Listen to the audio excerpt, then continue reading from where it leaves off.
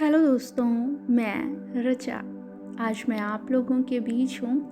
आपकी प्रिय लेखिका अमृता प्रीतम की लिखी कहानी। इसका शीर्षक है दो औरतें।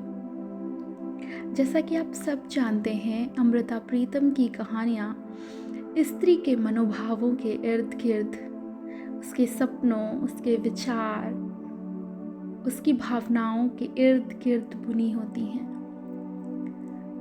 दो औरतें शीर्षक के अंतर्गत कुछ 5-6 कहानियां हैं और इन कहानियों में स्त्री और स्त्री के रिश्ते का विश्लेषण है। ये पहली कहानी आज मैं आप लोगों के बीच लेकर हाजिर हूँ। छोटी सी कहानी, लेकिन दो स्त्रियों के बीच का संबंध दिखाती। आइए सुनते हैं ये कहानी। कहानी दो औरतें। वह दोनों एक बार तब भी मिली थीं जब वह जिंदा थीं। तब एक की उम्र 20 बरस थी और दूसरी की 40 बरस।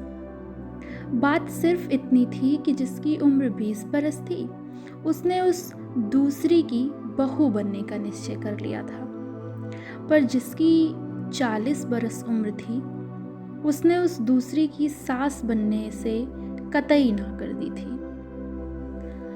ब्याह की रस्म हुई थी, पर उसके लिए जिसकी उम्र 20 बरस थी, जिसकी 40 बरस थी उसके लिए नहीं।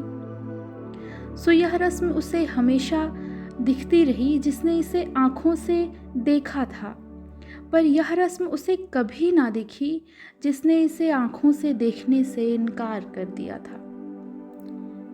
तू जीते जी मेरे घर की दहलीज नहीं लांघ सकती, एक फरमान की तरह उसने कहा था जिसकी उम्र 40 बरस थी। तू मुझे मरी हुई समझ ले, पर घर की दहलीज लांघ लेने दे।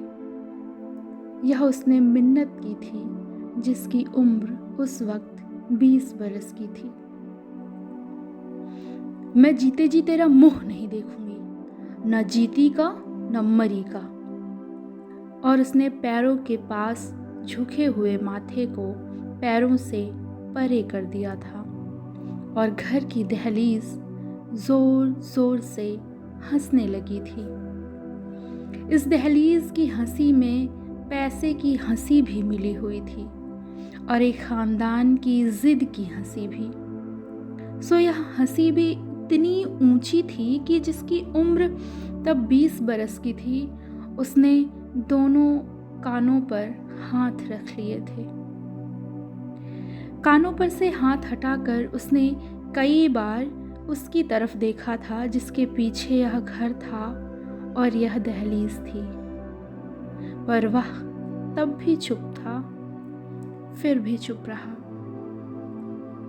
सिर्फ दहलीज तब भी हंसती थी और अभी भी हंसती रही।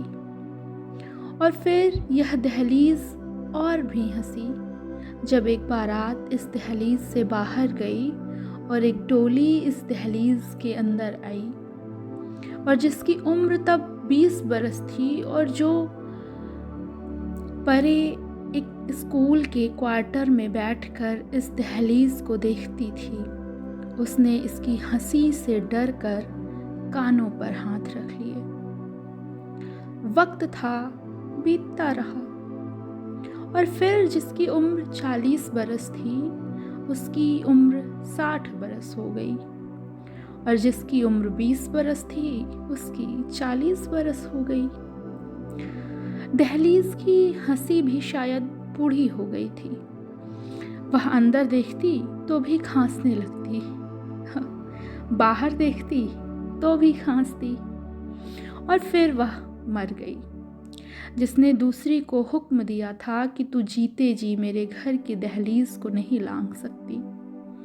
और हुक्म देने वाली अभी दहलीज के अंदर थी, चाहे एक लाश थी, इर्द गिर्द संबंधियों की भीड़ थी, केवड़े की महक थी, जरी का कफन था, कि उसके हुक्म की उदूली हो गई।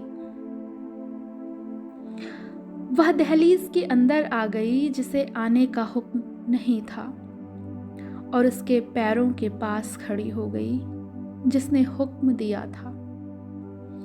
एक का माथा दूसरी के पैरों से छुआ और जरी का कफन घबरा कर सफेद धोती को देखने लगा। यह कौन है?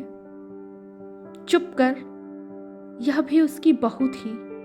कहाँ रहती थी पता नहीं। रिश्तेदारों में खुसर फुसर हुई, पर जरी का कफन सफेद धोती को कुछ कह नहीं सकता था। सफेद धोती एक पल आई, दूसरे पल चली गई। सिर्फ जाती हुई को बूढ़ी दहलीज ने रोका और पूछा, तूने उसका हुक्म मोड़ दिया? नहीं, सफेद धोती ने जवाब दिया। उसने कहा था, तू जीते जी दहलीज नहीं लांघ सकती। मैं जीते जी तेरा मुंह नहीं देखूंगी। मैं तभी मर गई थी, वह आज मरी है। यह तो एक लाश दूसरी लाश से मिलने आई थी।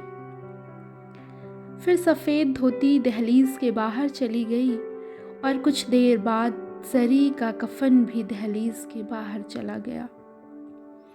बूढ़ी दहलीज कितनी देर माथे पर हाथ रखकर बैठी रही।